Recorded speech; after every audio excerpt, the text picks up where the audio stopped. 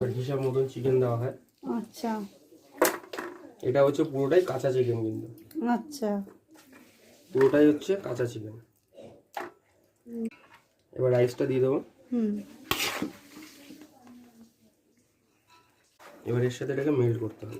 আচ্ছা, কালার যে স্ট্রাকচারের কালার আসবে, এটা পুরো চিকেনের জন্য আসবে। আচ্ছা, ফ্লেভারটা আসবে বাঁশের থেকে যে রসটা বেরোয়, আর চিকেনের যে রসটা বেরোবে বয়েল হওয়ার সময়, সেটা পুরো চালের সাথে মেল্ট হয়ে যায়। আচ্ছা, এবার এটা বাঁশের মধ্যে ঢুকে যাবে, তাই তো? এটা রাইস আর চিকেন সমেত বাঁশে ঢুকে দেওয়া হবে। আচ্ছা, ওই বাম্বু চিকেন আর হচ্ছে বাম্বু বিরিয়ানি নিয়ে আচ্ছা, আচ্ছা, আচ্ছা, দুটো মিলে। এবার বাঁশের কোয়ান্টিটি অনুযায়ী, মানে বাঁশের সাইজ বেশি থাকলে বাঁশ কম লাগে, বাঁশের সাইজ ছোট থাকলে বাঁশ বেশি লাগে। একদমই একদমই। বাহ, তো আমাদের রেডি হয়ে গেল বাম্বু বিরিয়ানির সেকেন্ড স্টেপ, মানে ফাইনাল স্টেপ বলা যায়, তাই তো?